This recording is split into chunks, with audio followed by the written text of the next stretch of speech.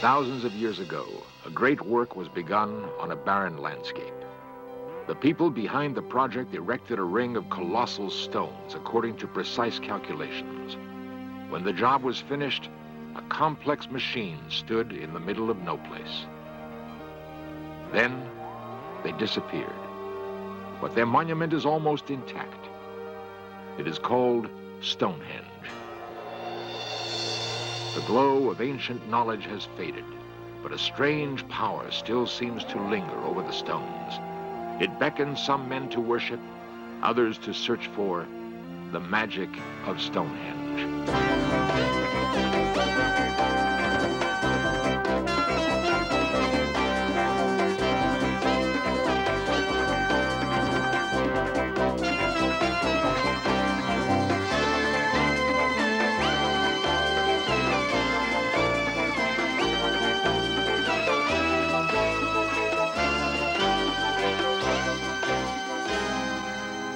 The architects are unknown.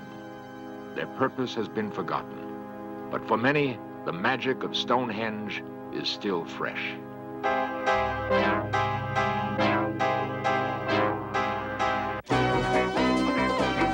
This series presents information based in part on theory and conjecture. The producer's purpose is to suggest some possible explanations, but not necessarily the only ones, to the mysteries we will examine. It is among the classic mysteries of the world, an immense circle of stones that stands on the Salisbury Plain in southern England. For centuries, men have called it Stonehenge and wondered at its purpose. The mystery of Stonehenge is twofold. Who built it and why? Archaeologists normally have the answer to one of those questions and can deduce the rest.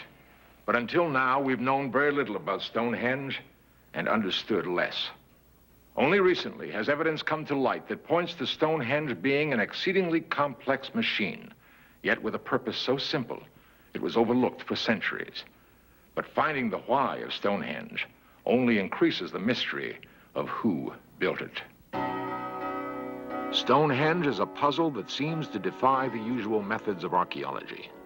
There are no written clues to explain it. Theories that it was a city of the dead or a pagan temple of sacrifice have been based as much on pure speculation as on evidence.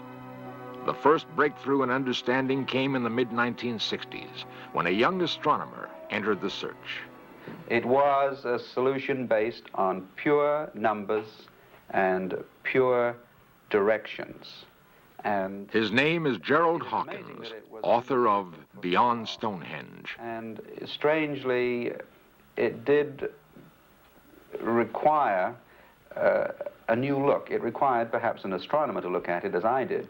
And just looking through the archways, I felt that it must be more than a temple. The idea of doors in an open plain didn't make sense to me, and I felt I should see something through these archways. So began the quest for a solution to the riddle of Stonehenge. Hawkins began by investigating the few known facts. The earliest holes in the ground seem to date now to 2,500, 2,700 BC.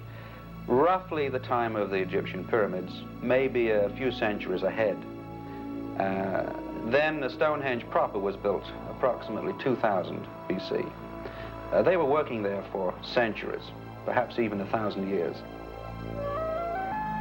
The world at 2500 BC was dotted by no more than a handful of civilizations. Much of the world's population lived in caves. Man was learning how to forge crude tools out of bronze. In Egypt, the slaves were still toiling over the Great Pyramids. The walls of Jericho were yet unbreached. In Mesopotamia, the Sumerians were just beginning to use a new tool called writing to record their history and legends. It would be centuries before the Jews would hide the Dead Sea Scrolls in the caves of Qumran. From the tiny island of Crete, the Minoan Empire ruled the Mediterranean world. Their ancient sea kings had not yet sailed their ships beyond the Straits of Gibraltar.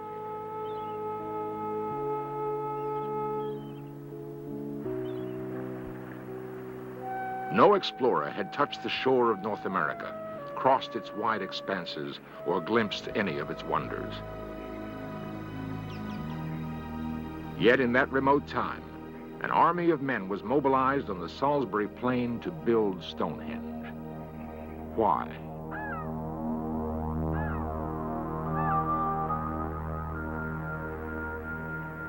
At one time, the suggestion was the stones came down by glaciers, but it seems that the stone was indeed quarried.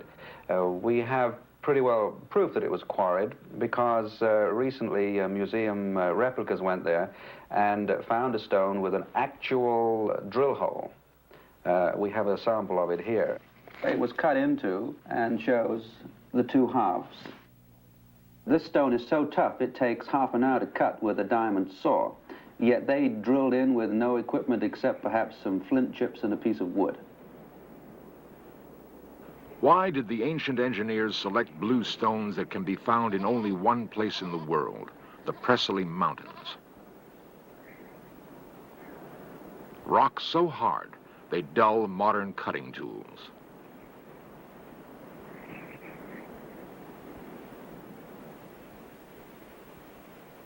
This is one of the inner circle of bluestones which geologists have found were brought all the way from the Preseli Mountains in Wales. And it does seem that there is really only one place in the world where they could have come from. But there is also a theory that... Another investigator, Francis Hitching, has been probing the legends of Stonehenge, groping for a key to unlock its mystery. There's still a lot of unanswered questions, the main one being, why on earth did they bother to put up these as opposed to those? What special kind of power did these stones contain? Hitching believes that for the ancient Britons, the countryside was alive with supernatural spirits, and that even the rocks were endowed with magical powers. Local folklore is rich with tales like that of the Devil's Heel. It is said that the devil stalked the woods one night and left his mark in stone. According to another legend, 9 maidens were frozen into stone when the morning light caught them frolicking on the moors. Other rocks were thought to dance on midsummer's morn. It was a matter of firm belief that evil spirits presided over certain boulders, like the hunchback gnome that lurked under a roof of stone, or the witch who cast a spell over Tinglestone, making it unsafe to touch after dark. Positive powers were attributed to other monoliths, like the one called Stanton Drew, which could supposedly cure a sick child of the pox. Or the Fairy Stone, which was believed to emit a strange energy, like an electrical charge. What all these legends add up to, it seems to me, is that a certain kind of power existed in them and was known to the people at that time. And as recently as a couple of years ago, there were reports of witchcraft ceremonies taking place in a series of stones called the Rollright Stones in the Midlands. From the Presley Mountains, where the Stonehenge rocks were quarried, they were hauled some 240 miles across the landscape of England. No powered vehicles existed. Forests and narrow streams clotted the path between the quarry and the final site. How were the stones moved? In 1954, the British Broadcasting Company recruited 40 schoolboys to retrace the steps their ancestors might have taken. The purpose of the experiment was to determine the likely methods used to transport the stones.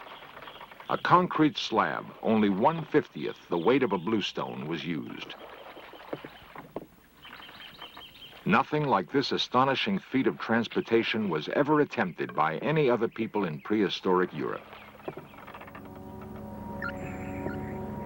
Their task was so arduous that later generations believed the builders must have been aided by the magician Merlin. According to legend, Merlin made the stones so light that they could float on water. But there were still casualties along the way.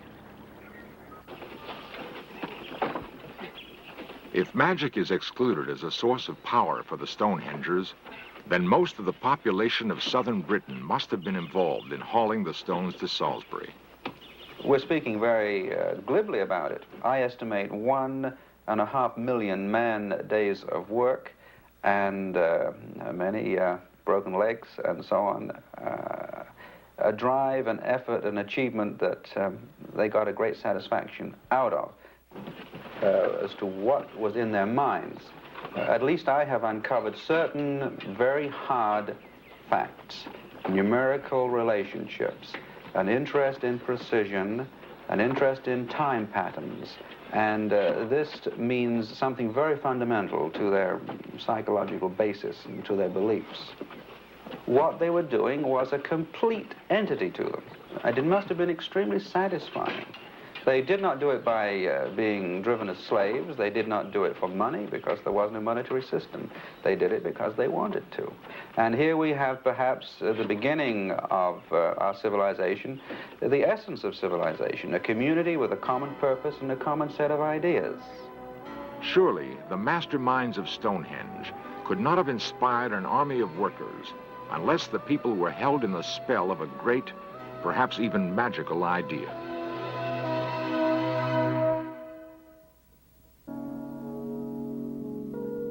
A religious sect called Druids claims spiritual descent from the architects of Stonehenge. There is little evidence to support their claim. Their ritual reenactments on the site are of little help in solving the puzzle, for the Druids were apparently latecomers.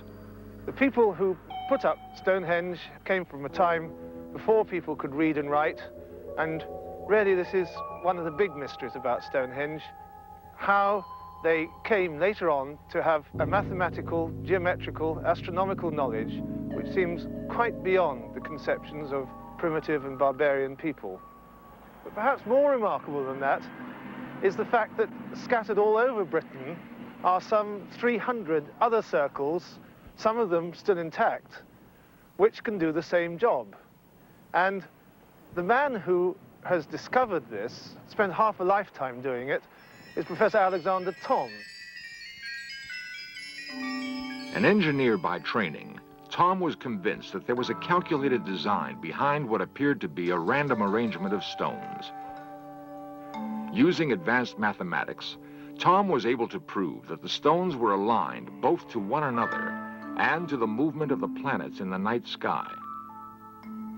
The implications of his discovery are staggering. It now seems possible that the whole of prehistoric Britain was landscaped according to a deliberate and far-reaching plan.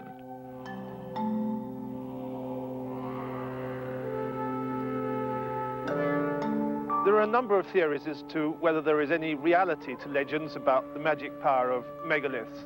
And perhaps the one which has been most widely written about is that the whole of Britain is crisscrossed with a network of invisible straight lines called ley lines. These are supposed to link all ancient sacred sites like some unimaginably complicated spider's web. And the stones, all the sites, burial mounds, tombs, they're supposed to have been put on certain key places which were chosen because they had some kind of power. Fortresses were built atop sacred mounds, as if to absorb the power of old ruins. And monks erected churches on sites where pagan priests once gathered to recite magical incantations. In folklore, some key sites retained their magic long after the builders disappeared.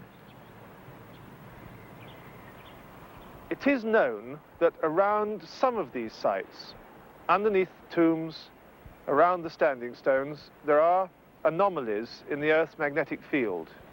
And here, I think, may lie the secret to the power in these megaliths.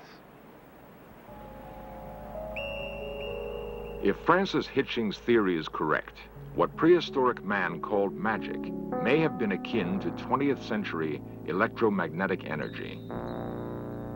Is it just possible that people in those times somehow knew how to tap the electromagnetic anomalies that are in these stones and use them in their healing?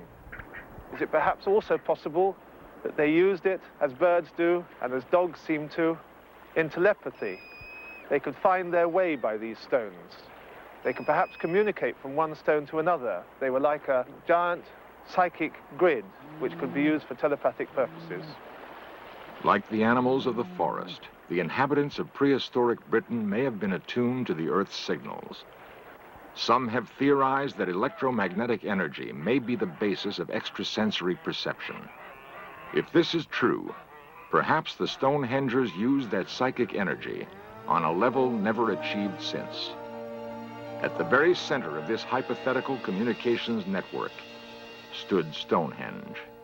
As a quantitative scientist, I saw a fundamental pattern that intrigued me and reached my brain and mind. And so, with calculations, I was able to go back in time to 2000 BC and, as though it were, stand there and watch the sunrise and moonrise and planets and stars. And with the computer, very quickly, we could see that the pattern of stones matched the pattern of the sky.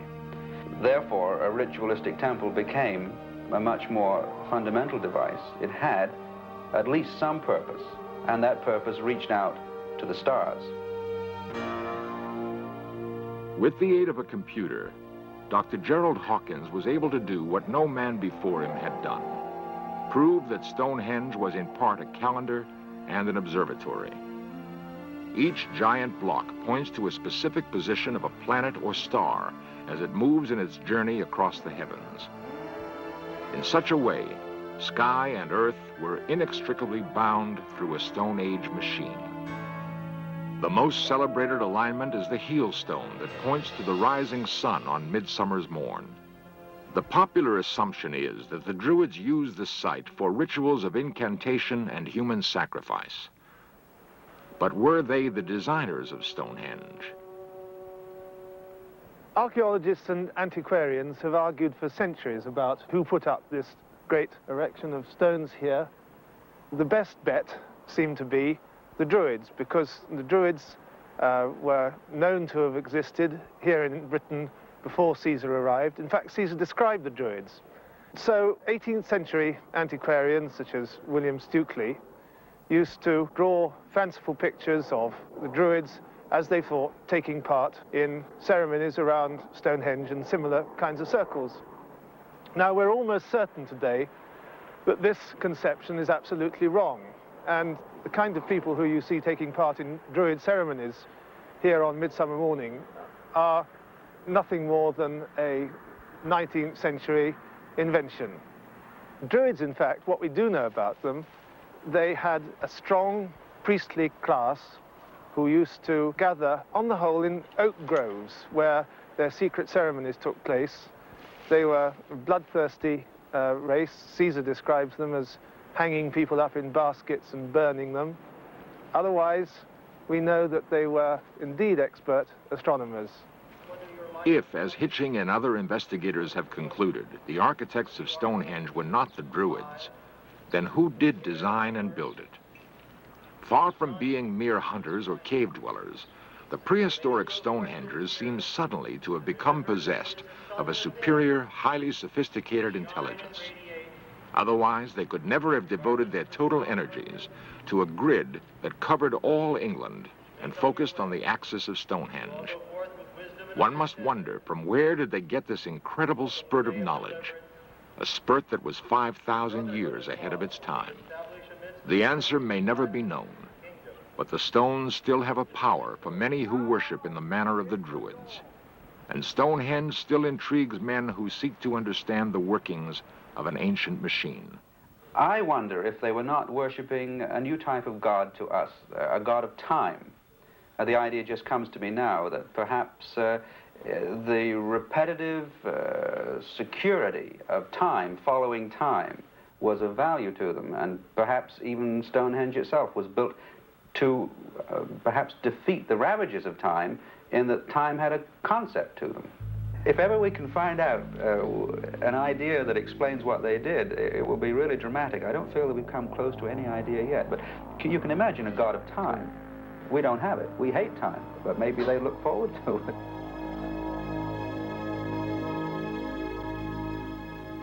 What were the Stonehengers looking forward to? Was it merely the observations of the cycles of time or the predictions of eclipses? Or did they expect some even more magical communication from the outer cosmos, where time has no limits?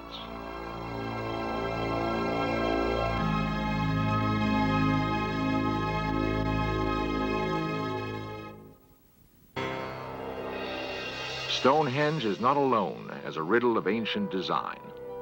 In the thick jungles of the Yucatan Peninsula, an ancient observatory called the Caracol charted the phases of Venus as accurately as 20th century telescopes.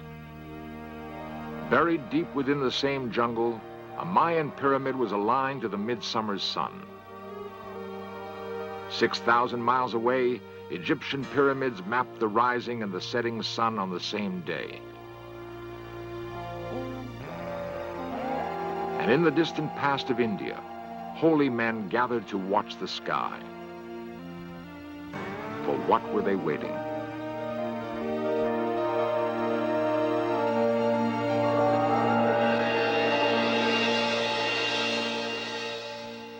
We have some understanding now of the possible explanation for Stonehenge and the other monuments around the world that have puzzled investigators for so long. The question which still eludes us is who erected these working monuments? Clearly, they were the work of people more advanced than we had thought possible for that time. We can speculate that our ancestors were possessed of knowledge that was somehow lost to succeeding generations.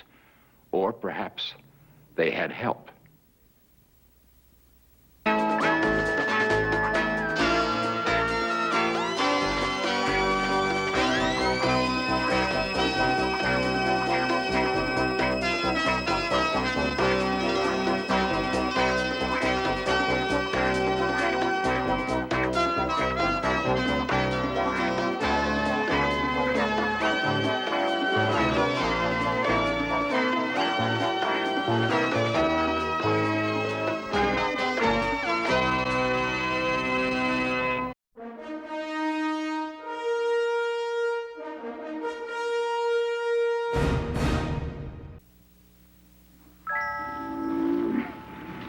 A giant, hairy creature, part ape, part man. Indians call him Sasquatch. They believe he is as gentle as he is powerful and mysterious. He's been seen many times in the rugged mountains and deep woods of the Pacific Northwest. The encounters have not always been peaceful. In 1924, a small group of men were working a mine in a canyon near Mount St. Helens in Washington. One night, the miners took their weapons inside and bolted the door. They thought they were secure for the evening. Outside, something strange was happening. The cabin was under attack. Boulders rained on the roof, and someone, or something, was trying to break in.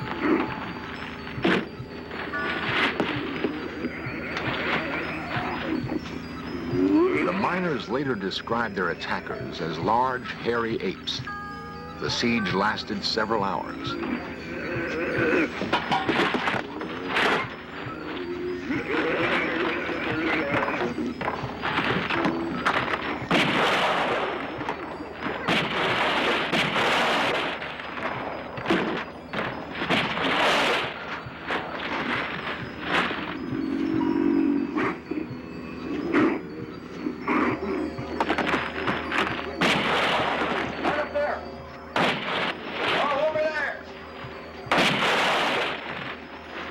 The miners escaped injury that night.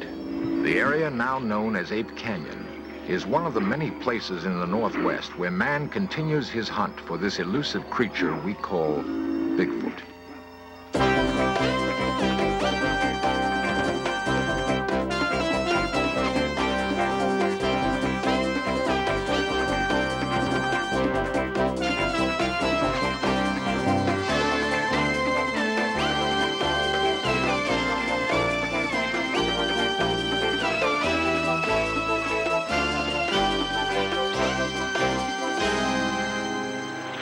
Many people do not believe in Bigfoot, but a lot of people do.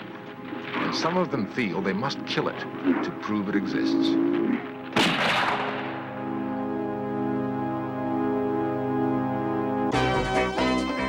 This series presents information based in part on theory and conjecture. The producer's purpose is to suggest some possible explanations, but not necessarily the only ones, to the mysteries we will examine. To the Indians living along the Columbia River in Oregon and Washington, or those in Canada, there is no need for proof of Bigfoot.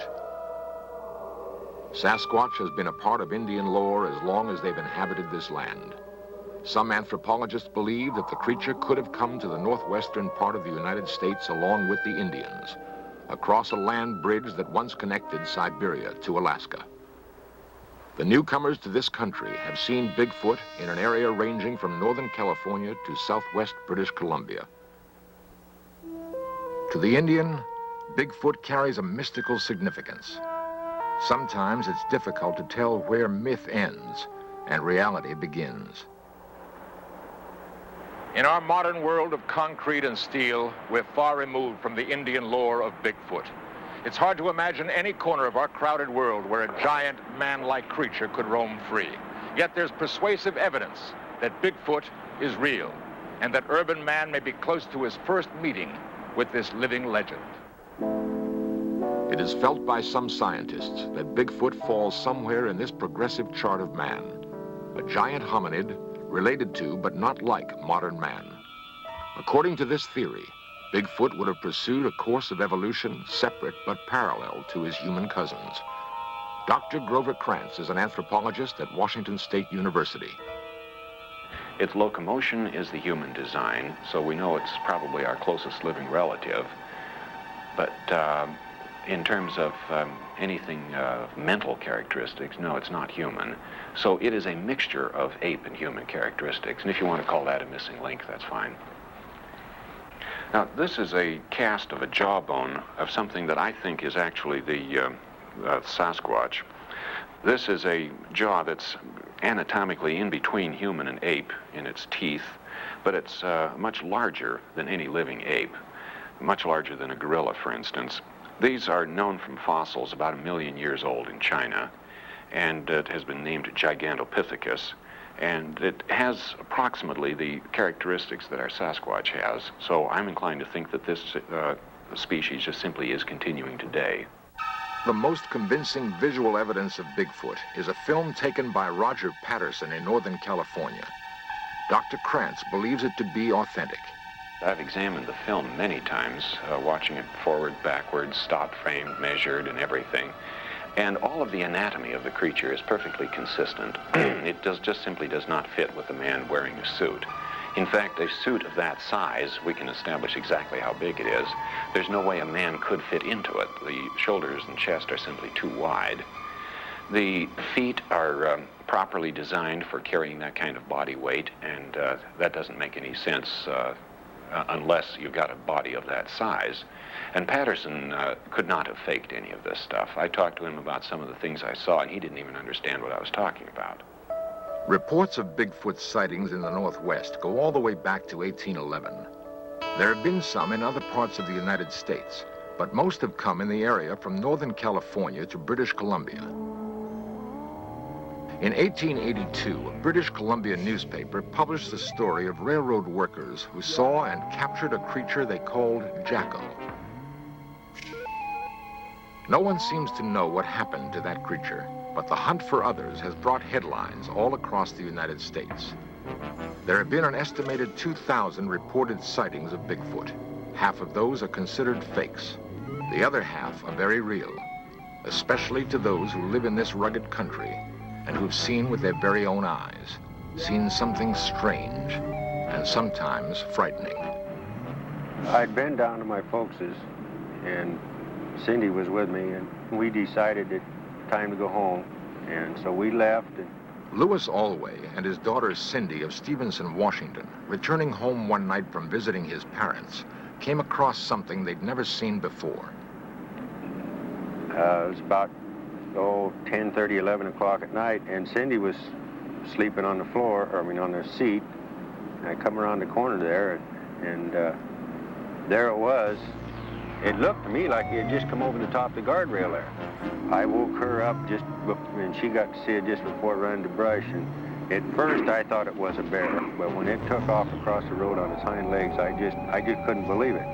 I hunt and I fish and I see a lot of game all the time, and it looked like something that I'd never saw before. 3 or 4 years ago, we received a call in the late part of the fall. The people who own this cabin back here said they'd found some tracks of what they thought was a large animal. And we came out and investigated that. Back here by the tree, we found several tracks that were real large, way larger than a human. I sure wonder about it. Sheriff William Klausner of Skamania County in Washington has investigated tracks and talked with eyewitnesses. He's seen too much to be totally skeptical. The most unique thing about what we've learned from this is that the people who have either written or called, who have experienced the same kind of thing or had seen tracks, mention of a strong sulfur smell, and that's real unusual. As Sheriff Klausner says, the smell description is not unusual. James Strahan and Harold Teskey recently saw something on the roadside near Colton, Oregon. And there was a big, huge object on the left of the road, and I rolled the window down in the car, and this thing was approximately 3.5, 4 feet wide, about 6, 7 foot tall. And the odor of this animal, after I rolled the window down, was so offensive that I couldn't remain there any longer. And I was scared too. And I've been around the mountains and around animals a lot, and this thing truly scared me. And so I got out of there and rolled the windows up in the car and went on home. And the odor of that animal stayed in that car until the next morning. It was still in there.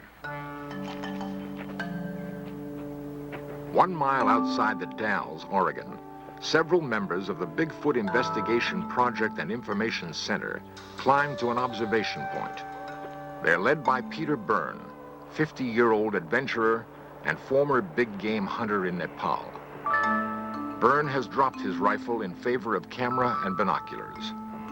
For 5 years, he's headed the Bigfoot Investigation Project and stalked these North Woods, checking out every story and every set of tracks. His prey is elusive. We will talk to the person who says that they've seen one.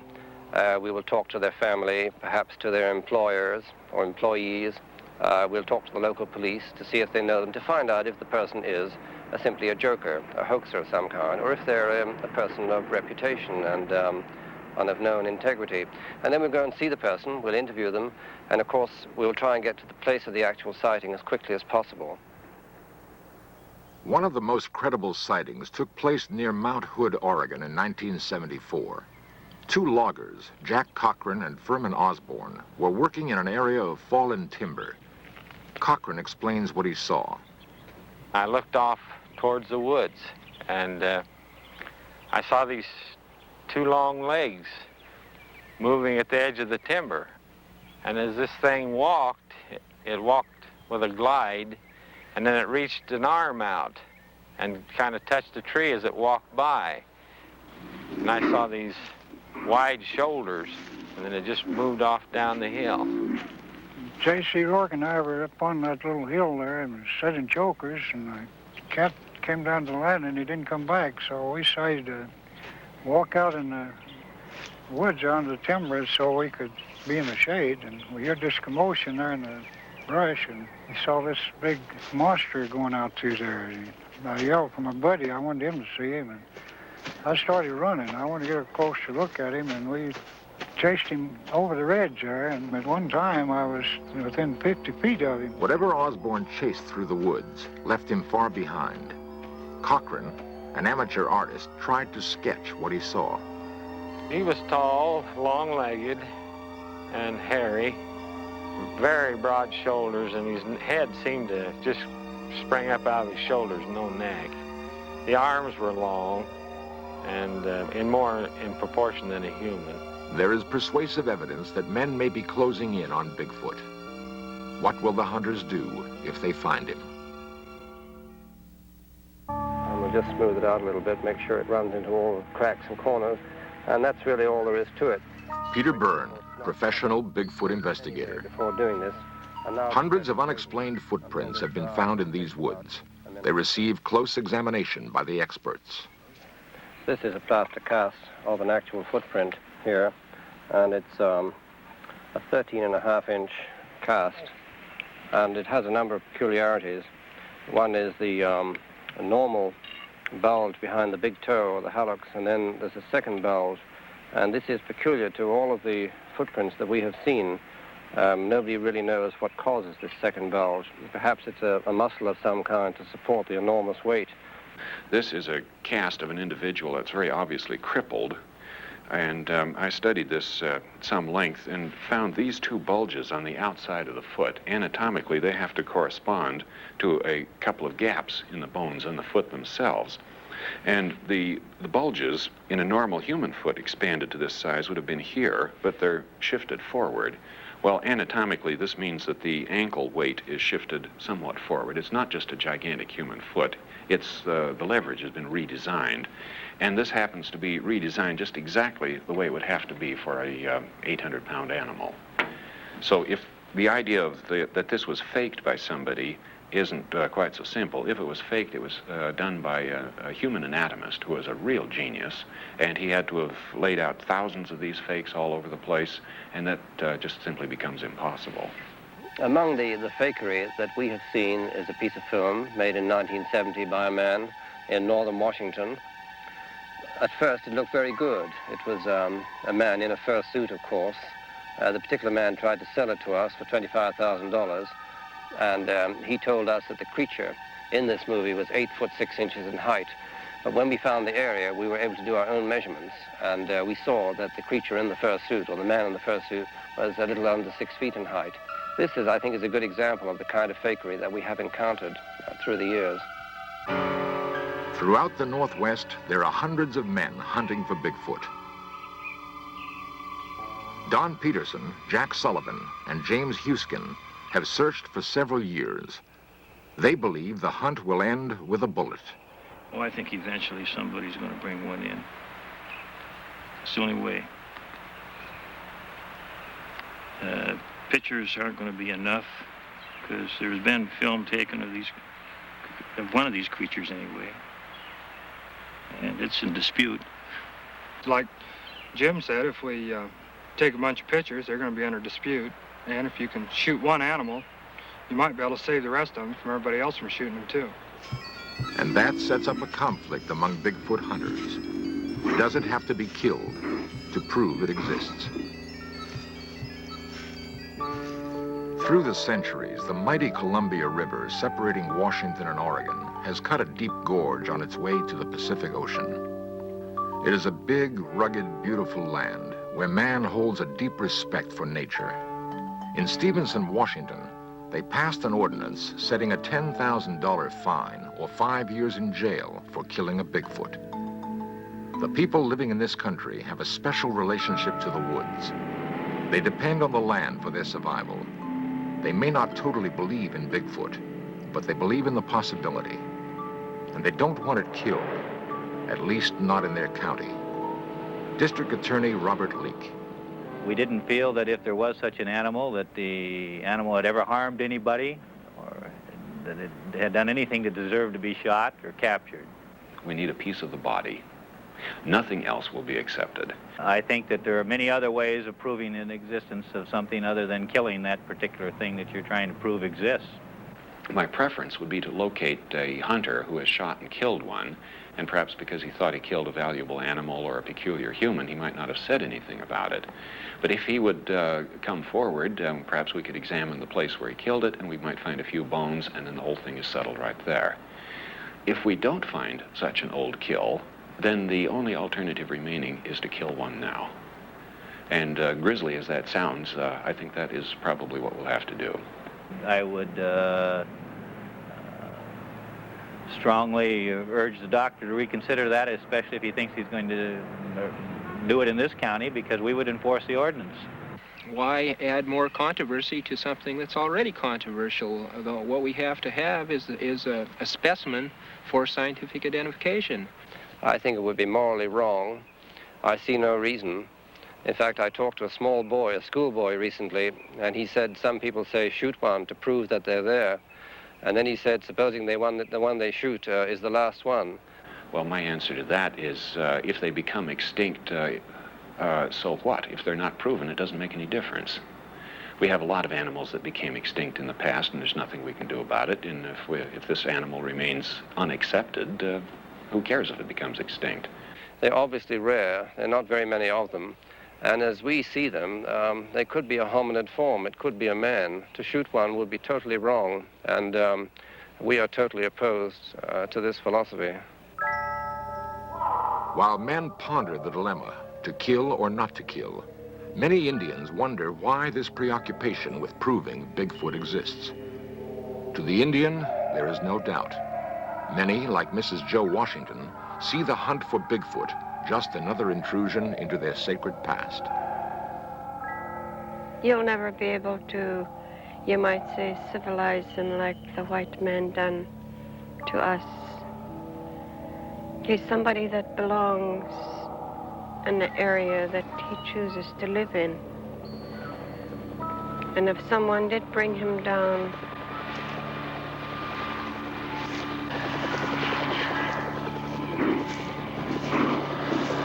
he'd never adapt to your way or even mine, because his way of life is entirely different from ours, mine and yours.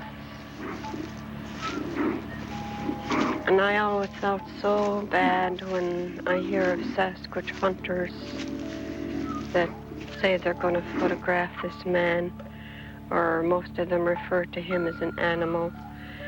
And from the stories and things that I was taught by my people, that he is not an animal, he's not a savage, he's a gentle being that just goes about his own way, collecting his own food, clothing, and lives where he chooses.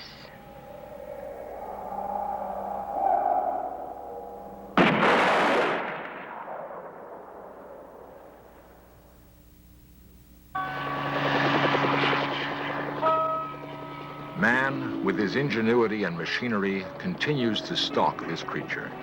A creature described by the Indians as a gentle being, wanting to live in peace in his own habitat. A creature some scientists believe is a link to centuries long past. The gorilla is mentioned in Greek mythology going back hundreds and hundreds of years, and yet it was not discovered until the late 18th century. And the subspecies, the mountain gorilla, was not identified until early 1900. And there are other examples. The fossil fish that was discovered in the Indian Ocean only a few years ago, believed to be extinct for 80 million years. This is the coelacanth, and now it's known to still live off the coast of Africa. Is that the case with Bigfoot? Is this creature really a relative of the Gigantopithecus, a primate that lived over 1 million years ago in China? The land lends itself to hide such a creature.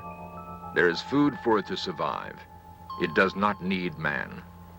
But it may have to die at the hands of man to prove to him that there is such a thing called Bigfoot. If we assume that Bigfoot is real and that men are closing in on this seemingly gentle monster, then we must prepare for that first meeting. To have eluded us for so long, Bigfoot must understand men very well. The burden will be on us to understand him. Bigfoot may well be waiting for some sign that we're ready.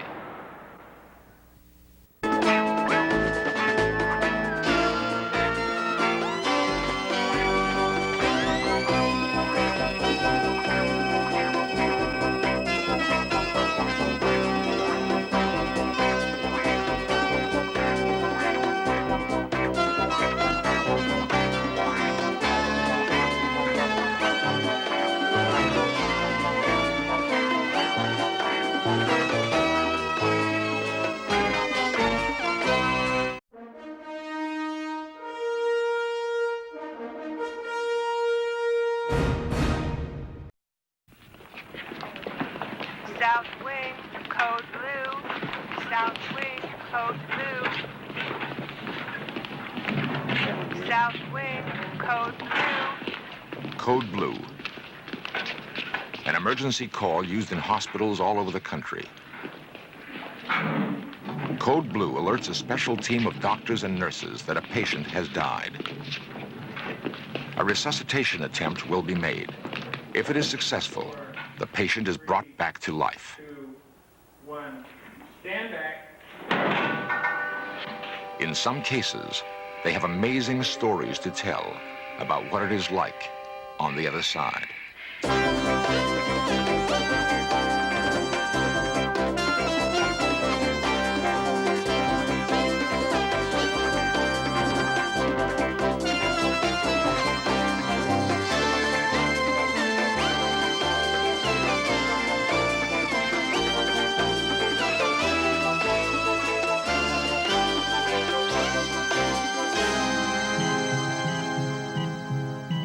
What is it like to die?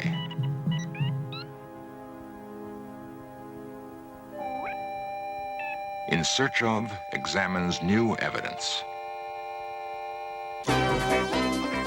This series presents information based in part on theory and conjecture. The producer's purpose is to suggest some possible explanations, but not necessarily the only ones, to the mysteries we will examine.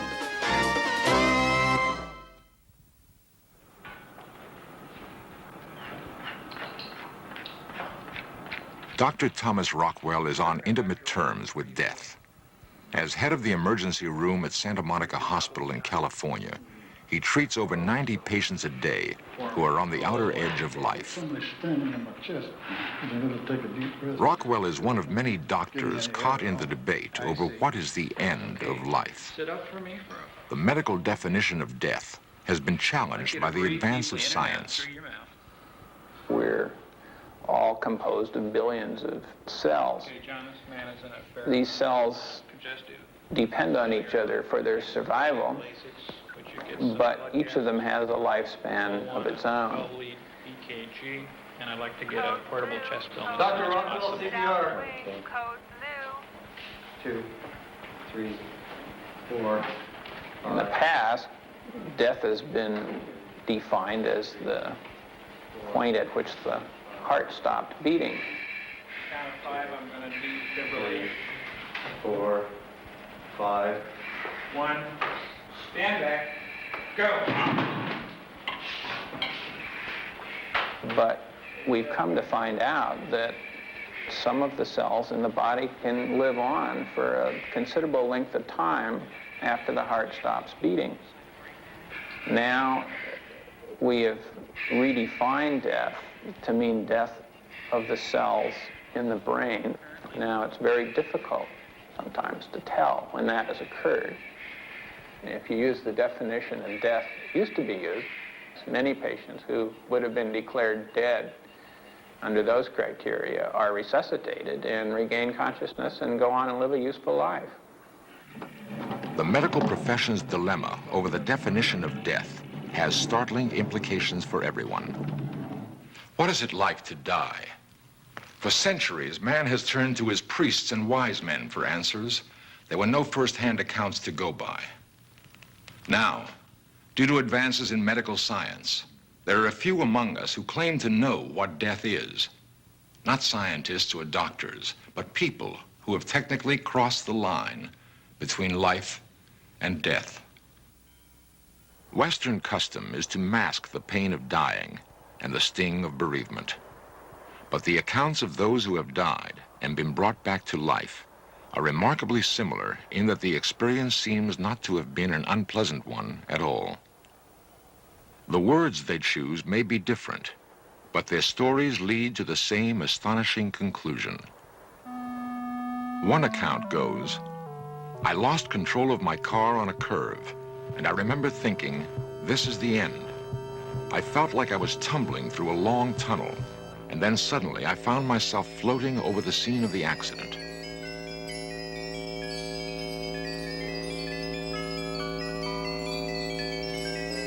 Another victim describes his experience this way. "It happened years ago. I was playing in the pool with my brother when I lost my breath. I kept bobbing up and down, and then suddenly I was engulfed in blackness. I could hear a soft, vibrating sound in my ear like wind chimes. And then I was above my body, watching them pull me out of the water and pound on my back. A third account also stresses the feeling of euphoria. I was on the steps when the heart attack came. I collapsed and then felt myself go out of my body. The next thing I knew, I was in a rolling field, too beautiful to describe.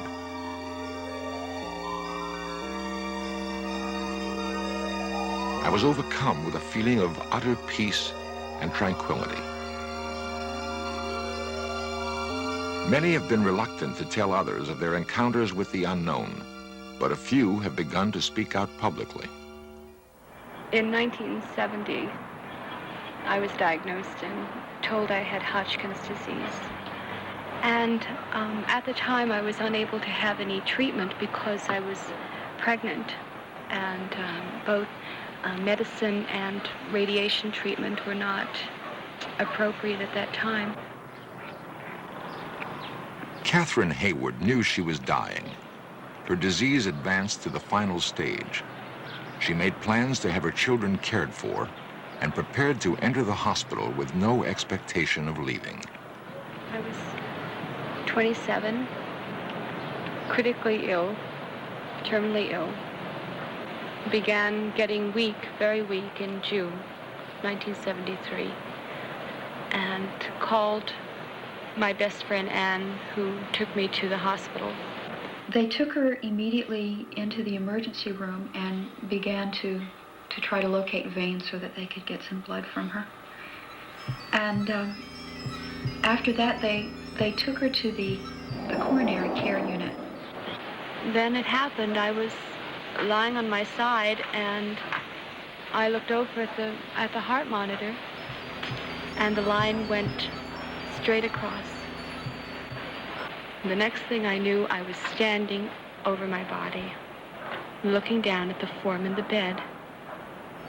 I watched the nurse beside the bed, adjusting the wires, and I was fascinated by it. I kept wanting to tap her on the shoulder and tell her that I wasn't there. Then I saw this team of nurses and this little green thing on wheels coming toward the bed, and they were in such a hurry, it really scared me. So I turned and stepped into a tunnel, I guess you'd call it, because it definitely had sides, and I definitely felt confined. And I started moving upward, and I felt exhilarated, but when I got to the end of the tunnel, there was this light that was so bright I thought would hurt my eyes. Then I saw him about 100, 150 feet ahead of me, and it was the figure that I knew to be God. They began punching on her chest and thrusting some sort of instrument down her throat to help open up her passages so that she could breathe. Kathy wasn't responding. I said, please don't make me go back. Please let me stay here with you. I sounded like a spoiled child, and I was really, really hanging on. Finally, he just took me and firmly but gently pushed me away from him and said, you must go back. There is a task that you have to do for me. And if you do this, you will come to me. And then he turned and he walked away. And I was furious. They had somehow managed to start her heart again and to start her breathing again. The doctor that was standing over me said, we've put the tube past her lungs into her stomach, and apparently they were pumping air into my stomach instead of into my lungs. And they said that's what was causing all this tremendous pain as I was experiencing as I was coming to, but I knew it wasn't that. I knew I was resisting coming back in the body. I felt a quiver running up and down my body, and I felt rage, and I felt like I didn't belong there. So there I was, and not speaking, and all of a sudden, the line went straight again. Saw this nurse come running in, and she took the portable oxygen tank down, and I watched all this, and I watched her put the mask on me. Even though the line went straight, I still saw all this. I saw the bed being pushed down the corridor towards the intensive care unit. That's the last thing I remember seeing before I left my body again. I was immediately in the light. I was immediately in God's presence again. And he just took me in his arms and very gently said, "Do you understand?" I said, "Yes, I do." And then I came back into the body with just the easiest breath. I signed myself out of the hospital. I left the hospital, and I haven't been back. 3 years later, Catherine's physician reports that she has no trace of Hodgkin's disease. Catherine was recently remarried, and she and her husband Jim have started a new life. Catherine's story is not unique. The out-of-body experience has had a great impact on others who have come close to death. Over the last several years, I've been involved on various levels with several hundred people who have died, and intimately involved with about 100. Dr. Charles Garfield is a psychiatrist at the University of California Cancer Research Institute. A number of years ago, I was teaching a class at UC Berkeley called Psychology of Death. I got a letter from Shelley Ruderman in which he described his experiences some 12 years prior, in which he was dealing with a life-threatening illness. In fact, he was dealing with a seriously advanced lung cancer.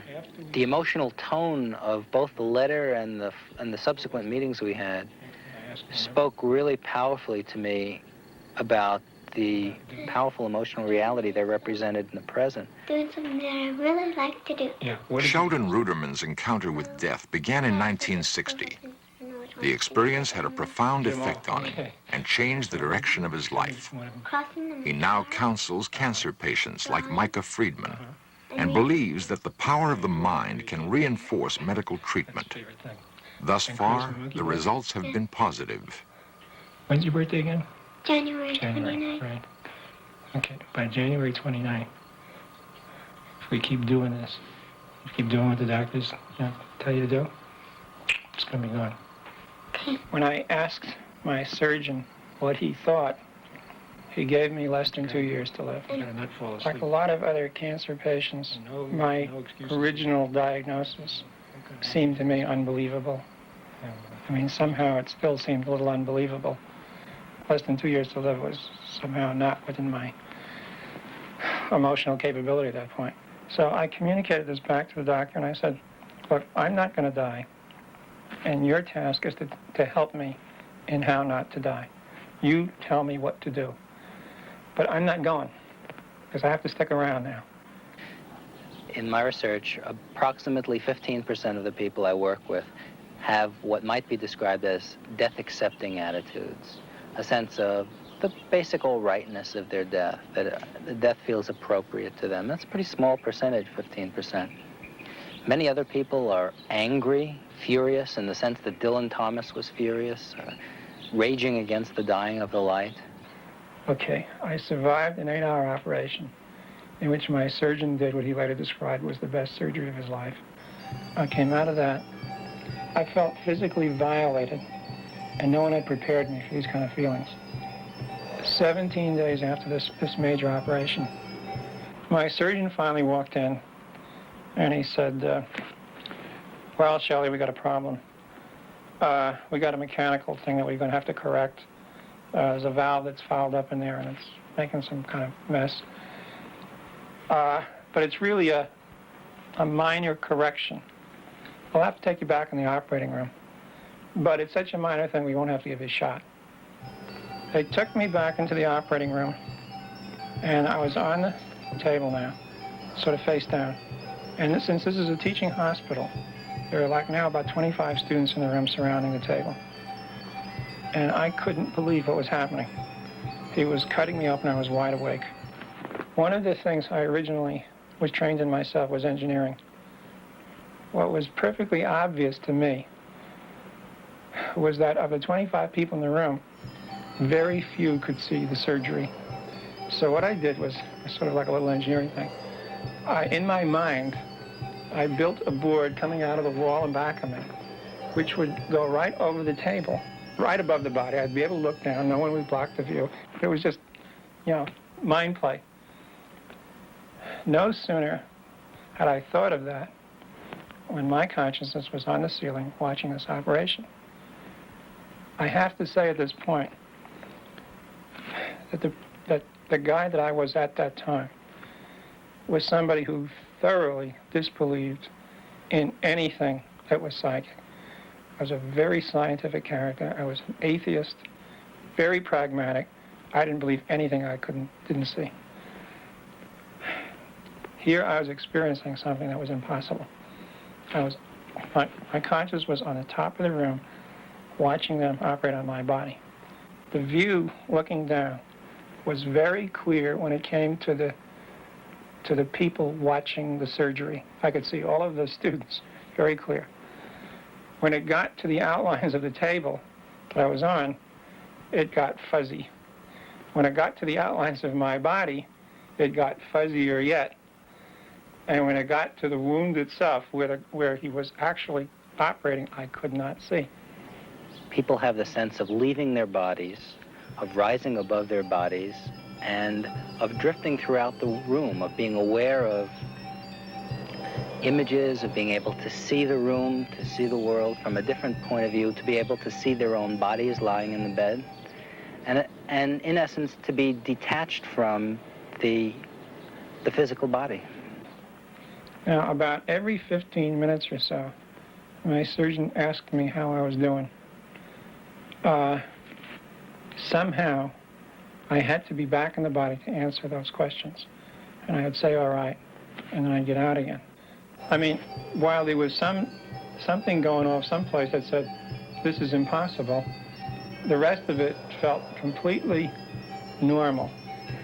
I think the important part is that we're not just generating pictures in our mind out of anxiety, that somehow there appears to be a contact with a level of reality that we don't normally address. I felt like I was within, at the most, 24 hours of dying if I let myself die. And somehow it did not seem at all incredible at this point that it was up to me whether I lived or died. And that's something I never would have believed before, but it seemed totally obvious right then. He had come as a natural scientist, as a scientist from the conventional mold, and had had an experience that totally baffled him. Another thing was the fact that he was quite convinced that he was responsible, largely responsible, for her survival. That his will to live, his powerful sense of having to stay alive, in Shelley's case for the sake of a newly born son, was the ingredient that enabled him to survive an outrageous set of experiences. My wife did, you know what, in retrospect, was pure genius. There were no kids allowed on this ward, but she knew what it was I was trying to save my life for. So she took our kid, who was 6 months old, put him in a shopping bag, hid him, brought him up, brought him into my room, and in fact reminded me what the whole thing was about. When I saw him, it was like, that cinched the question. I had to stay alive. Let's go in your chest, where all the red soldiers are. So let's call them and tell them all to bring their squirt guns. And when they're all following you, we'll go into the other room where all the white soldiers are and tell them to bring their squirt guns. Tell all the soldiers to shoot all that gooey stuff into the holes in the monster, plugging up all those holes. And as the gooey stuff goes in there, watch the monster get smaller. Just watch the monster shrink. What the out-of-the-body experience did, what I became aware of, was that whether I lived or died did not depend on the kinds of rules that the doctors understood. The other thing that I think has been a major transformation is that I don't believe, as I did at the time this experience unfolded, that the end of life was the end of everything. I believe now very strongly that there is a life after death. My personal belief is that there is continuity, that it would be outrageous for me at this point to believe that this was all there was. If you ask me what I know for sure, I'm in the same ambiguous position that the rest of the human race is in. I feel sure to myself that there is something that transcends beyond when you die. I have to say that the out-of-the-body experience was probably the key thing, because it is very hard once you realize you can have your consciousness and your body to separate, not to at least entertain the idea that even when your body is gone, your consciousness may go on.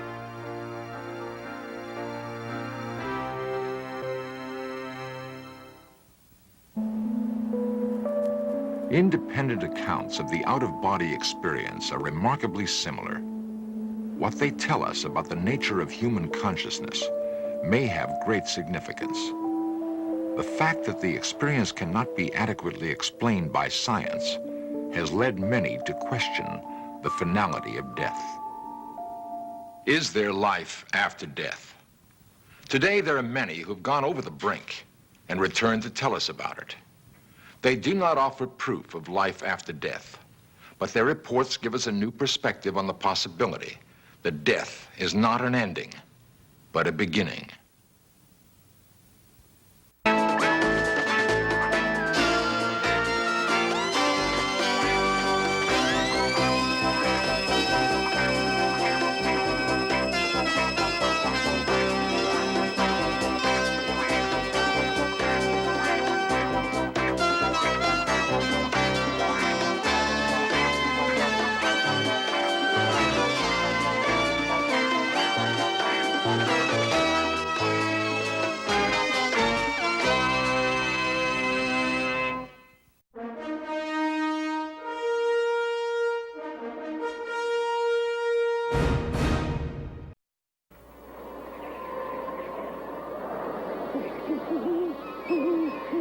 A sudden draft from a window that was supposed to have been closed.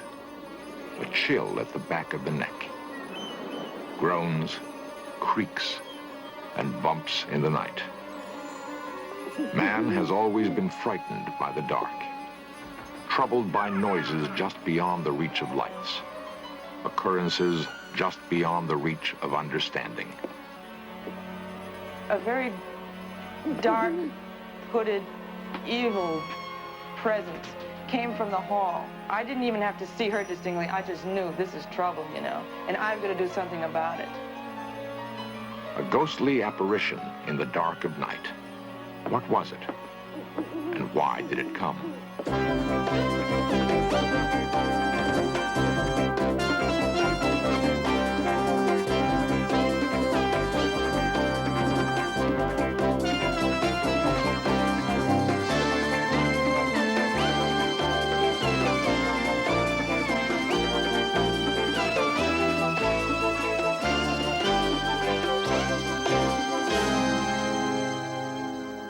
An astonishing event occurred on a still summer night in a Maine fishing village.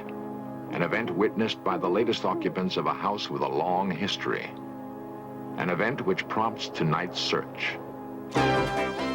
This series presents information based in part on theory and conjecture. The producer's purpose is to suggest some possible explanations, but not necessarily the only ones, to the mysteries we will examine. There are stories of ghosts and of hauntings to suit every taste, from the playful to the macabre. But those who have studied ghosts claim to have discerned patterns in their behavior, what might be set down as rules of the haunt.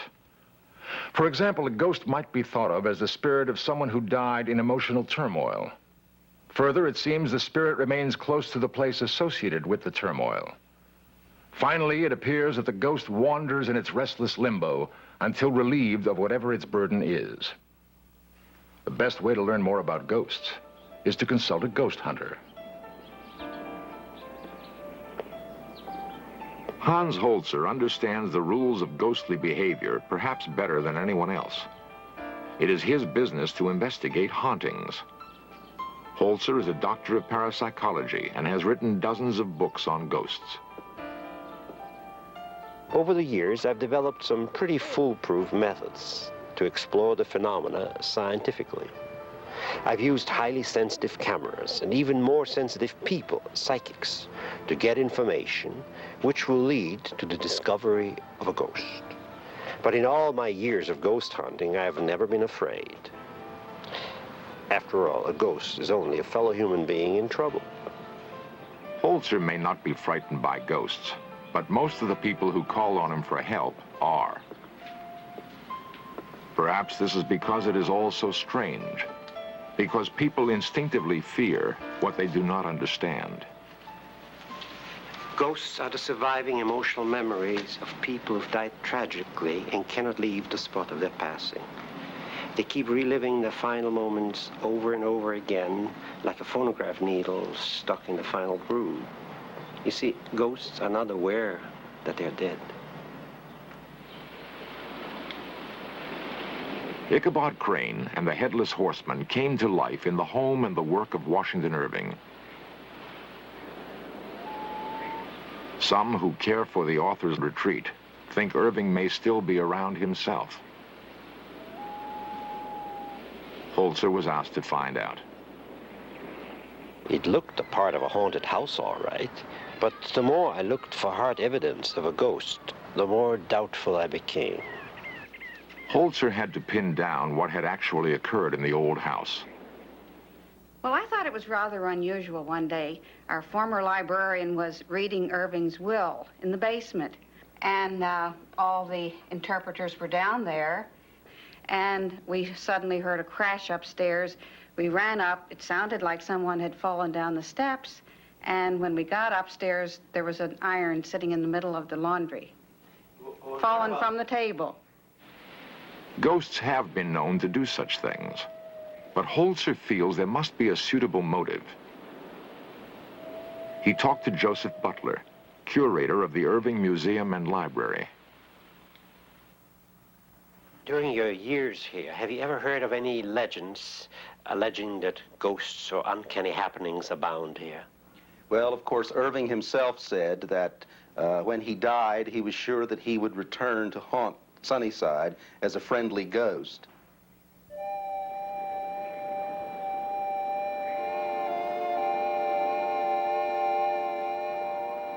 Irving's whimsical warning that he might return as a playful ghost didn't square with Holzer's experience, his knowledge of ghost behavior.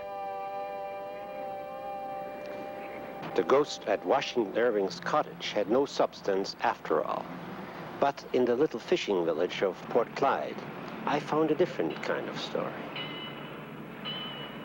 Port Clyde is a fishing village wedged in a rocky enclave of the Maine coast. Indians fished these waters long before the Europeans came. Then, for a time, the Yankee whalers held sway here. They were strong, practical men steeled for long voyages in search of whale.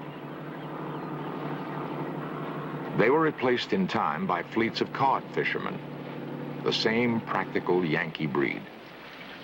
Now it's lobster that lures the men of Port Clyde, but little else has changed. Making a living from the sea still demands courage and skill, and there's little time for frivolous pursuits and wild imaginings. Carl Schwab has fished Port Clyde's waters for years, a spiritual descendant of the Yankee whalers. He and his family once lived in a house that some in Port Clyde say is haunted. But had Schwab ever seen or heard anything unusual at the old house?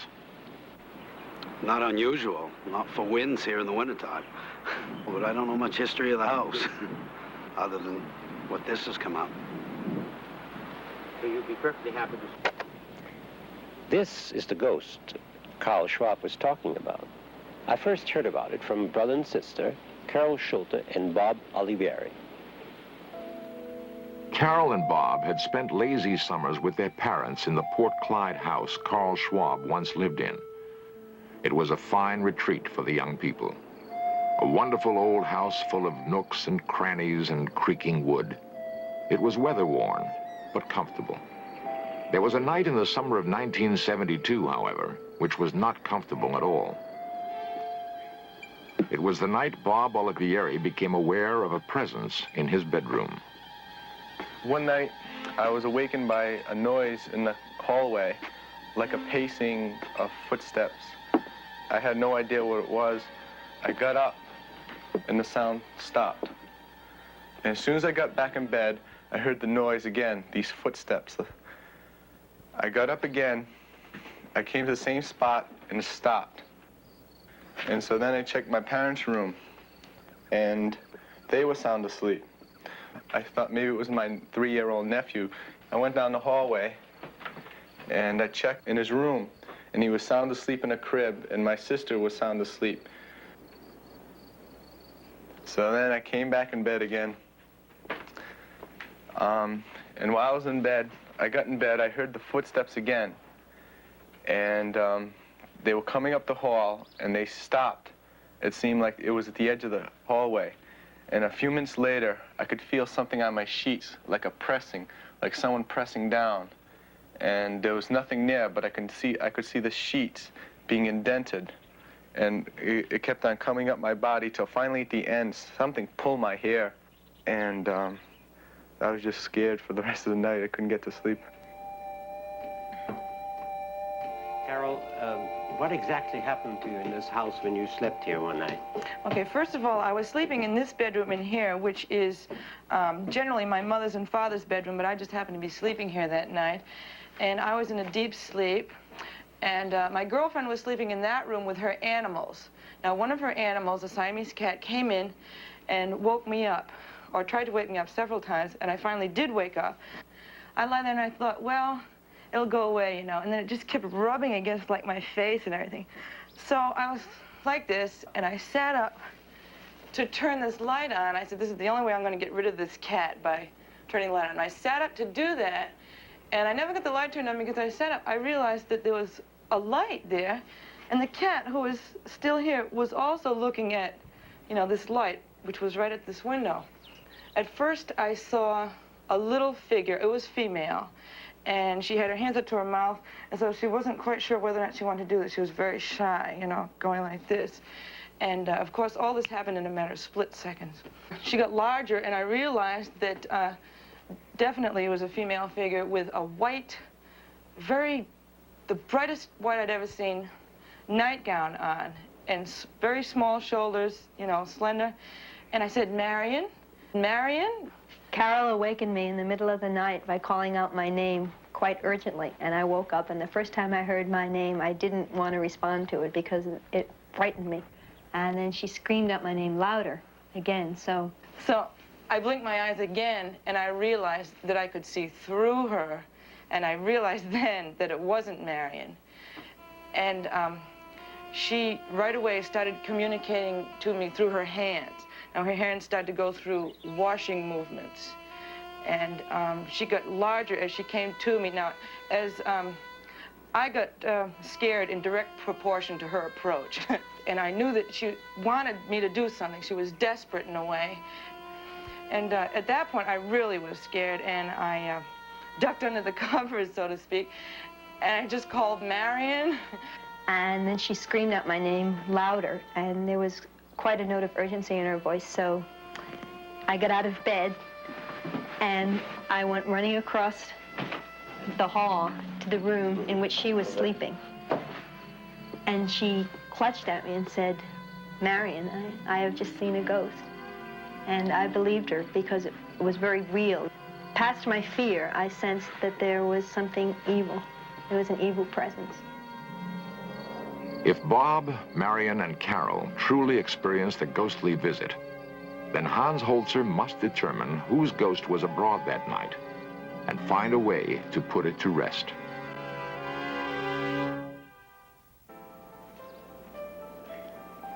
Hans Holzer is convinced there is merit to the eyewitness accounts of a haunting at Port Clyde. He has enlisted the help of psychic Ingrid Beckman for the next phase of his investigation.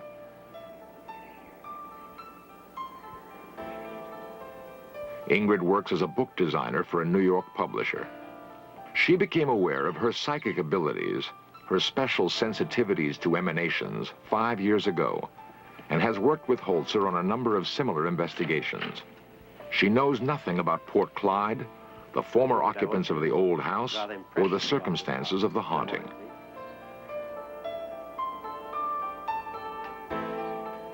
Hans, immediately I feel the presence of a woman. What about this room? Well, this presence comes from another house that was on this property, so that I don't feel it in any particular room, but I do feel that I should go upstairs because I think there'll be more up there. Hans depends on Ingrid's sensitivity to impressions of the past that may remain in the structure, and to any non-visible emanations she may detect. As I go through this house, I can see in my mind's eye the house that was on the property before. And in my mind, I sense a field back in this direction. And there was land that went with this. Now we're upstairs. I want you to look at every room and give me your impressions of it. Well, the upstairs is the most active. I sense a woman who is waiting. And I have an impression now of a storm that she is very upset about. A gale of some kind. It seems to be November. I also feel that she has looked out of not this very same window, but windows in this direction of the house. And I just got an impression where she says she, meaning a schooner, was built on the Kennebec River. It seems to be a, I think it's a double-masted schooner. And it seems to be her husband who's on this. Ship registries of the 19th century confirm that a whaler named Catherine sailed from these waters.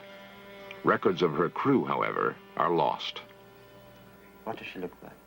I see a tall woman who's rather thin and frail with dark hair, and it appears to be a white gown. Could be a nightgown I see her in.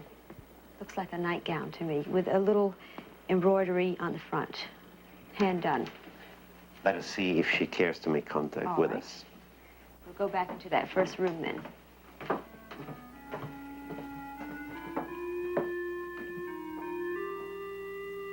If the entity is present and wishes to talk to us, we've come as friends. She's very unhappy here, Hans. She says her family hails from England. I get her name is Margaret. Margaret what? Something like H, or something of that sort. I'm not getting the whole name. What period are we in now? This is, now she says 1843. She's very unhappy because she wanted to settle in Kennebunk. She does not like it here. She doesn't like the responsibilities of the house. How did she get here? Her husband liked it in this fishing village. She was very unhappy about his choice. Now, is she here? She calls Kennebunk the city. That to her is a center. Why is she still here? She's left with all this responsibility. Her husband went on a ship. Her husband had a commission. What kind of a commission? On a whaling ship. What was the name of the ship? St. Catherine or St. Catherine's. The ship didn't come back? No. Where did they get married? In what church? Lutheran. Does she remember the name of the minister? Thorpe. Thomas Thorpe. When they were married, was that in this town? No. What town was it in? Long way away. Some kind of a province of a place. And they came right here after that? Went into Saco. And then where did they move to? Clyde. Port Clyde. Now, she and her husband lived here alone? 2 children. What were their names? Philip. but he went to sea. And the other one? Francis. Did he go to sea too? No. What happened to him? I think Francis died.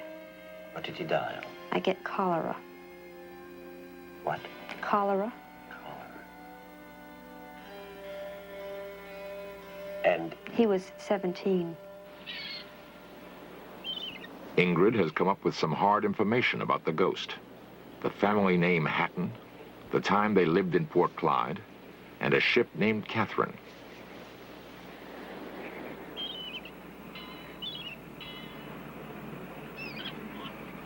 Holzer would eventually seek out the town historian, Colonel Albert Smaley, for corroboration.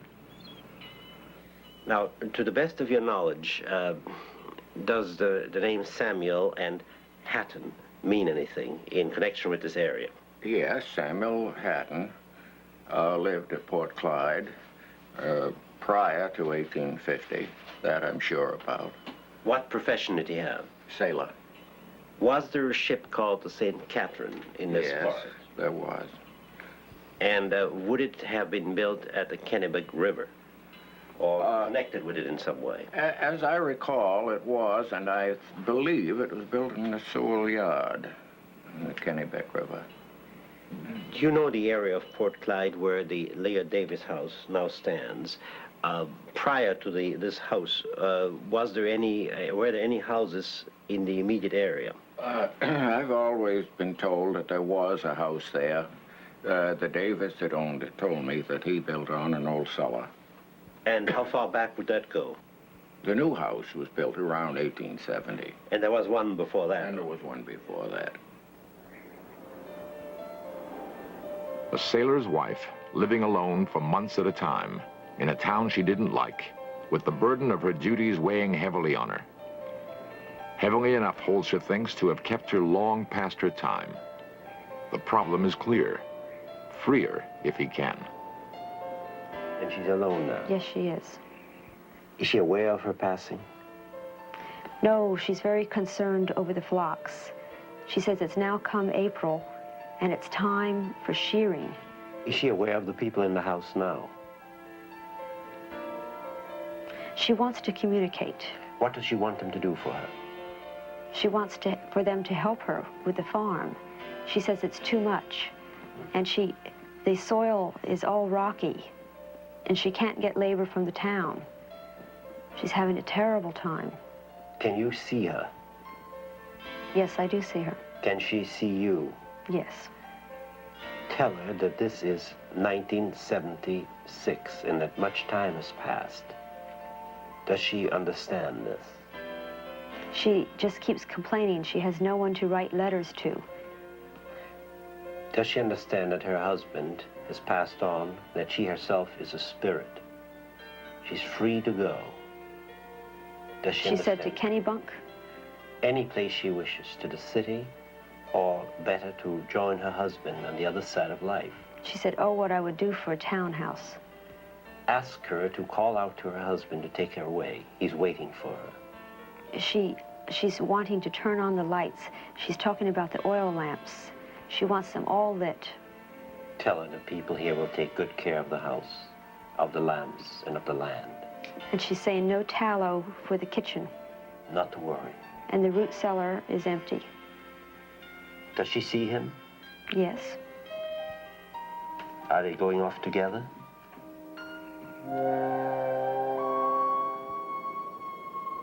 Only time will tell if Hans Holzer was successful.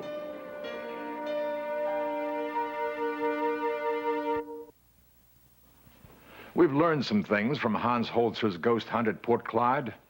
Learned, for example, that if we accept the possibility that ghosts exist, we can begin to study their behavior in a systematic way.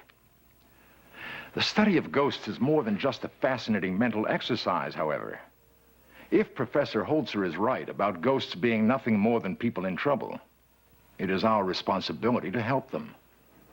It would be nice to think that help would be available to us if our lives went awry, if our spirits were to move restlessly in the night.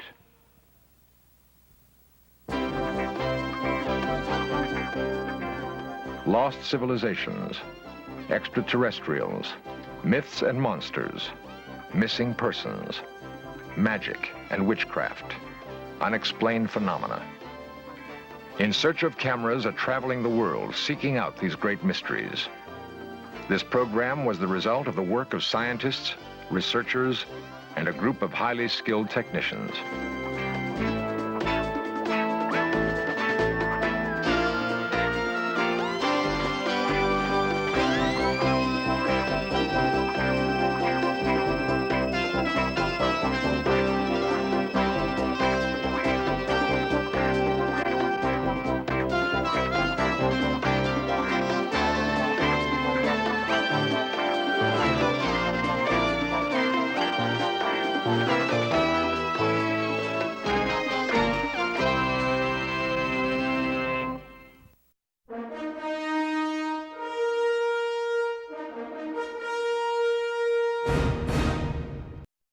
A play was written many years ago in memory of a long-dead Egyptian king.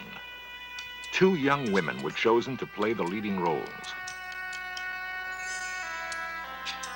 The play was the whim of an American writer who thought to poke fun at ancient Egyptian superstition. Legend had it that the priests of Egypt cursed their dead king to wander aimlessly through eternity. They did this by forbidding anyone to speak his name. We call out the name, Akhenaten. That night, both women had eerie dreams about the cursed king, Akhenaten. One, that she was struck across the face. In the morning, she was nearly blind.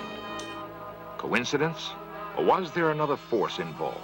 A curse working its evil way after nearly 4,000 years.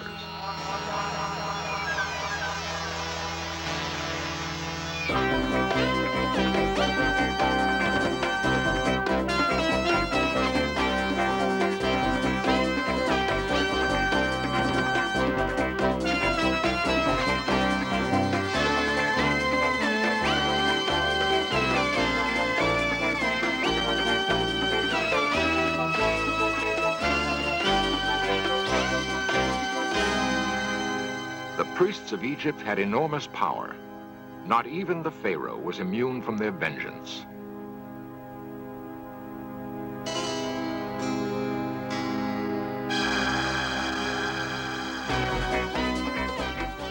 This series presents information based in part on theory and conjecture. The producer's purpose is to suggest some possible explanations, but not necessarily the only ones, to the mysteries we will examine.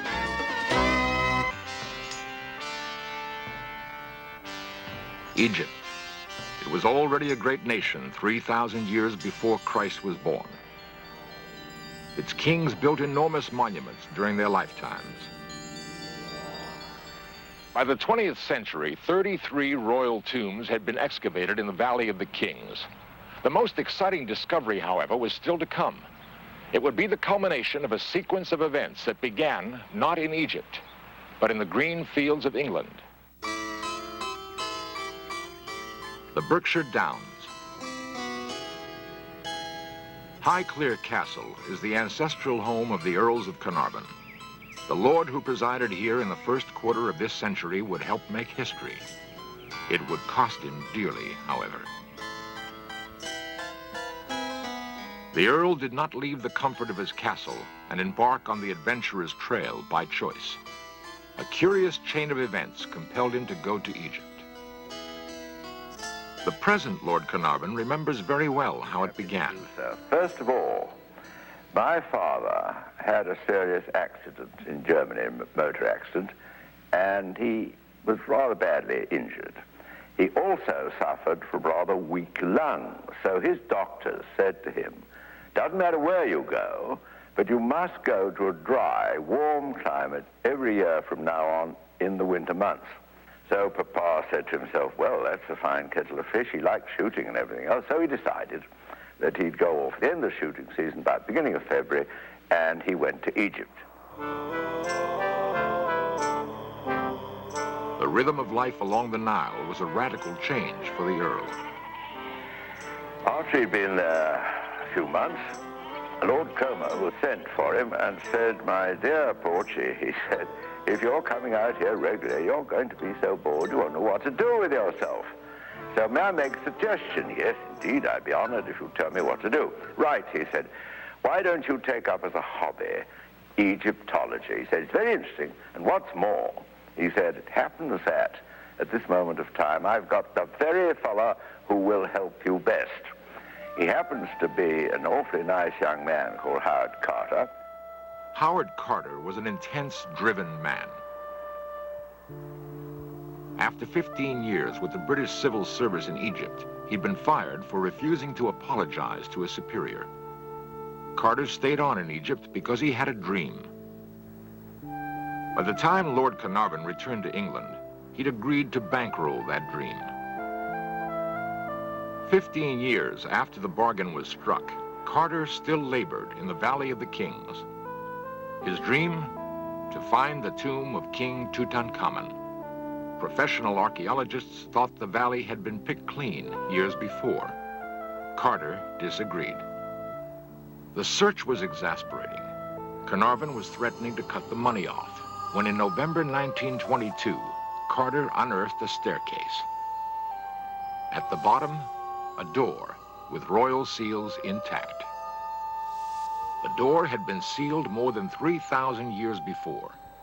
Carter couldn't be sure he'd found Tutankhamun's tomb, but whatever lay behind the door was bound to make his years of toil worthwhile.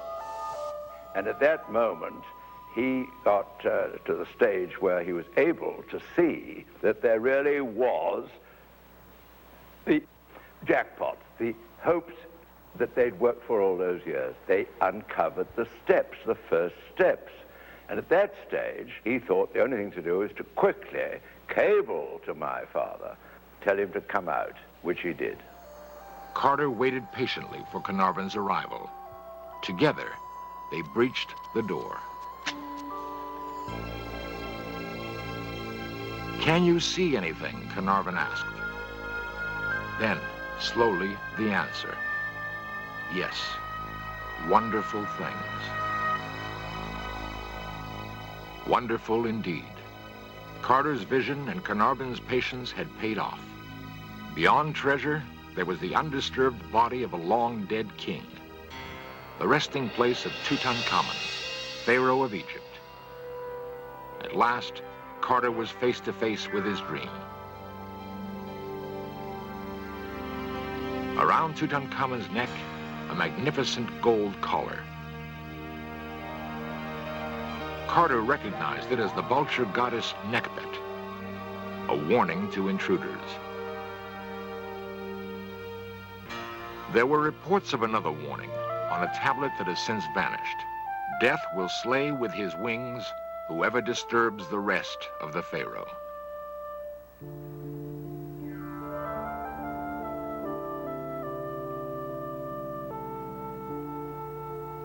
There was little time to worry about curses. Ahead lay the enormous task of cataloging the treasure. Carter and Carnarvon were apparently not the first to enter the tomb after it was sealed. There was evidence that someone had rummaged around, then fled. Perhaps ancient tomb robbers frightened by the curse. Carter gathered up the great treasure thieves had abandoned, evidence that Tutankhamun reigned in the glory days of Egypt's past. He ruled from about 1334 to 1325 BC. Tutankhamun was 9 when he became pharaoh, not yet 20 when he died. In those days, Egypt exacted tribute from Asiatic princes and carried on an active trade with the Mediterranean kingdom of Minoa. Word of the discovery of Tutankhamun's treasure spread quickly. Tourists were becoming a problem. Lord Carnarvon returned to Cairo with part of the treasure. He had no way of knowing it, but he would never see England again. Fever, brought on by an infected mosquito bite, ravaged the Earl's body. When I arrived, there was my father, pulse beating in his throat, You could see very bloodshot eyes, obviously frightfully feverish and ill. So I say to the nurse, whatever happens, for heaven's sake, call me. The young Carnarvon went to his own room as his father fought what was to be the last battle of his life.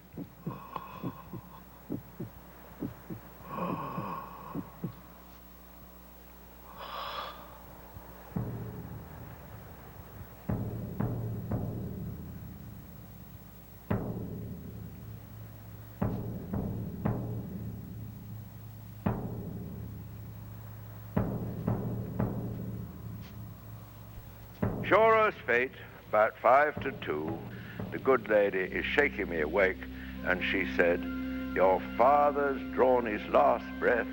Please come quickly."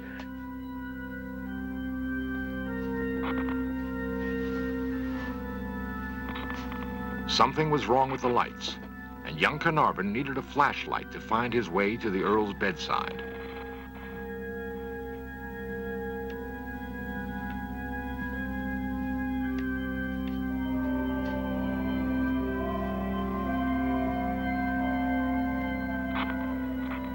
Officially, the cause of Carnarvon's death would be pneumonia. The Egyptian press had another explanation. Your father disturbed the remains of King Tutankhamun.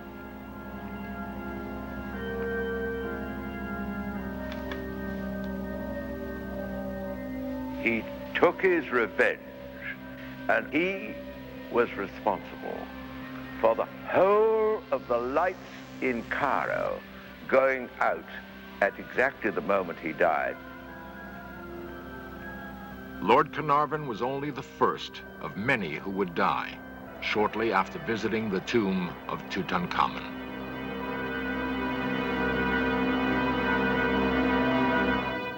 The discovery of Tutankhamun's tomb was a great event, but the sudden and mysterious death of Lord Carnarvon had cast a pall on the celebration. Carnarvon's grieving son returned to England, only to find new evidence that his father might have unleashed some malevolent force, which cost him his life. Already, the popular press was proclaiming Lord Carnarvon's death to be the revenge of the mummy. His son took refuge behind the walls of Highclere Castle. The memory of that awful night in Cairo would not so easily be shaken. I had a little fox terrier bitch called Susie. And when I got back, very old-fashioned housekeeper, Mrs. McLean, said to me, "I've something to tell you, my lord, a really extraordinary happening." At 5 minutes to 4, and as you know, Cairo time is 2 hours, so we're 2 hours in front of Cairo, she said, Susie sat up on her hind legs. Her mouth was covered in foam. She let out a howl like a wolf and fell back dead. Something of a panic set in.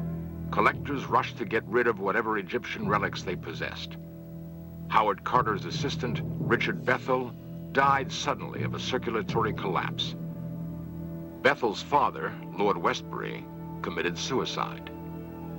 The chief Egyptologists at both Paris's Louvre and New York's Metropolitan Museum died shortly after visiting the tomb. American financier Jay Gould took ill and died within days of seeing Tutankhamun's final resting place. To date, 22 deaths have been associated with the curse.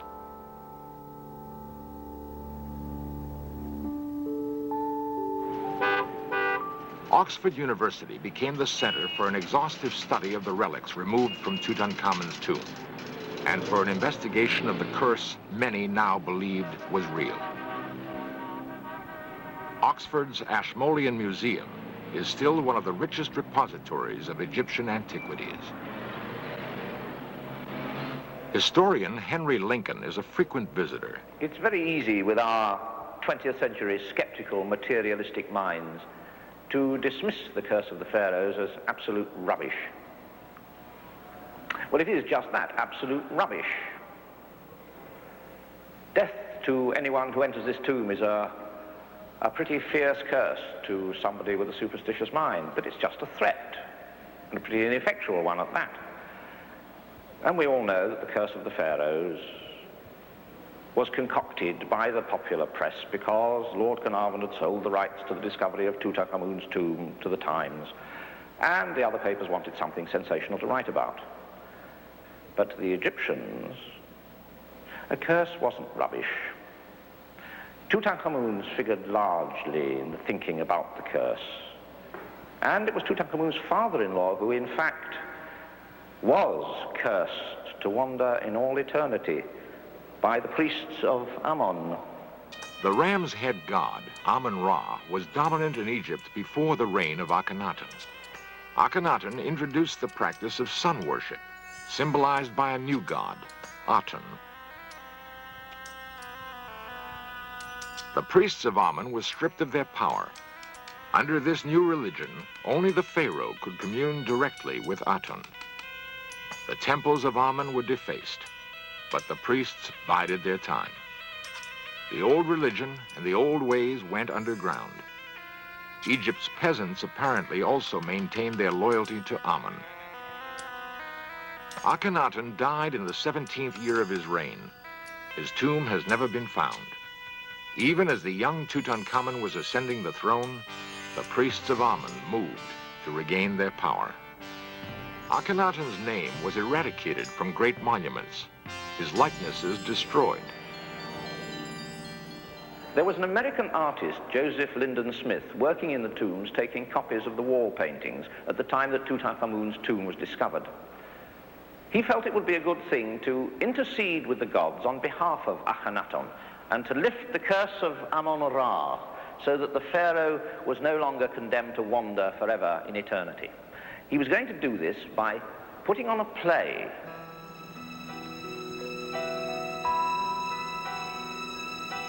The ruler is born like the atom and will endure for eternity if only we speak his name.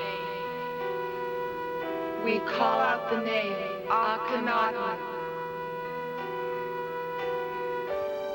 Akhenaten, Akhenaten, Akhenaten, Akhenaten, Akhenaten, Akhenaten, Akhenaten. We call out the name Akhenaten.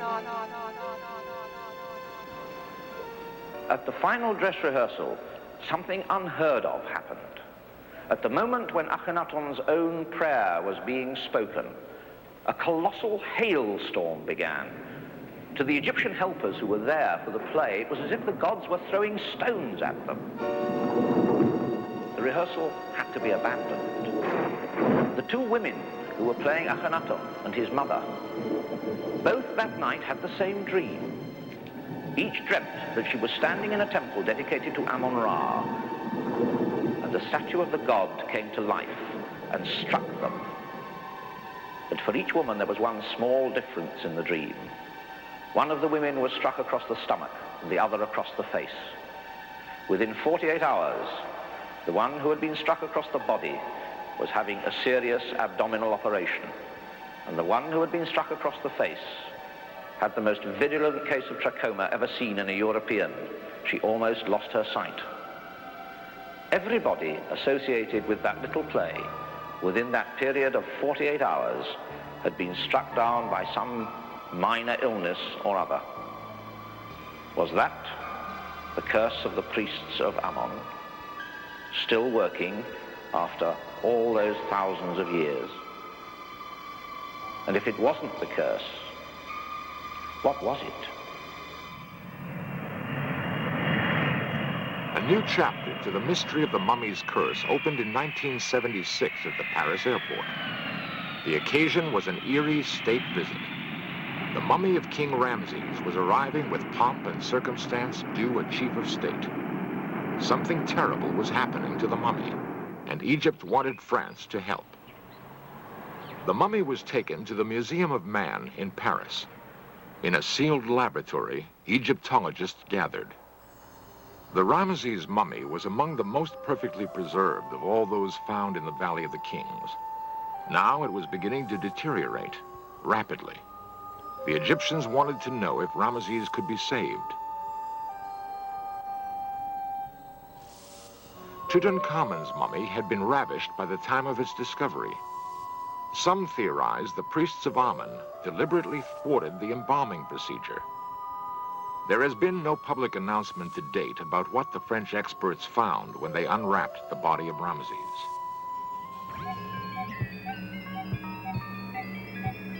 The speculation has been that a dangerous bacteria, perhaps dormant for thousands of years, is now alive and at work on the mummy.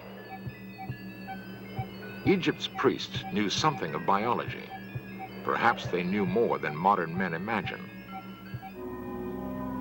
In the tomb of Tutankhamun were many wonderful vessels of gold and alabaster.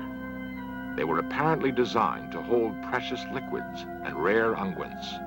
If they contained something else, something lethal, the secret died with the last priest of Amun-Ra.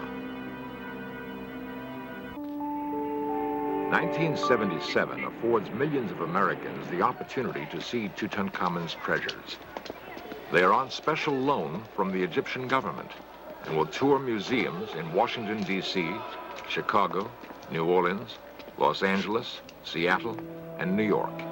55 works of art from what many consider the greatest archaeological find in history. Time has eroded much of the mystery and awe which gripped discoverers Carter and Carnarvon. The curse is probably rubbish after all. Perhaps the priests of Amun-Ra tasted enough vengeance with the deaths of Lord Carnarvon and some of his close associates.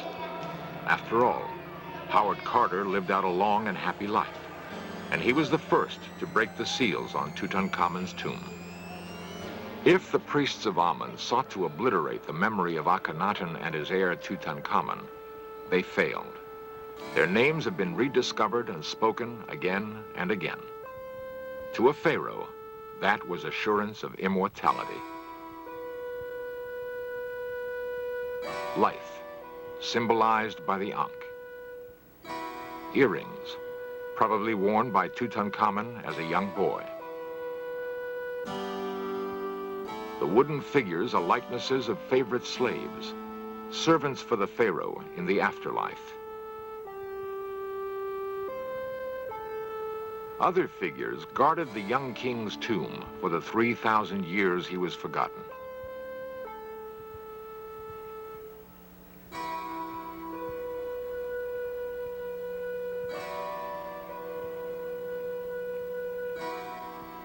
If we believe the curse, we must believe something else. We must believe that in the end, Tutankhamun triumphed over the priests of Amun.